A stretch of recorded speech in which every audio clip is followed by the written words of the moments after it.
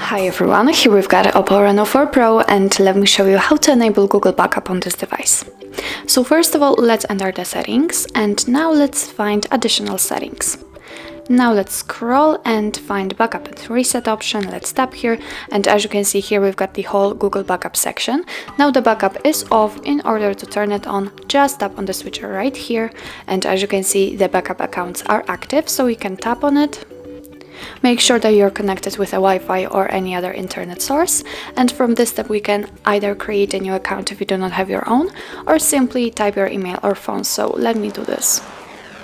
Let's click on next. Now we have to enter the password, so let me do this out of the screen. Okay, and let's tap on next. Here we've got some Google Terms of Service and Privacy Policy, so if you want to read it, just tap on it. Choose the one you want to check and here we've got all the info. Let's click on I agree. Here we've got some backup and storage info, so let's click on accept.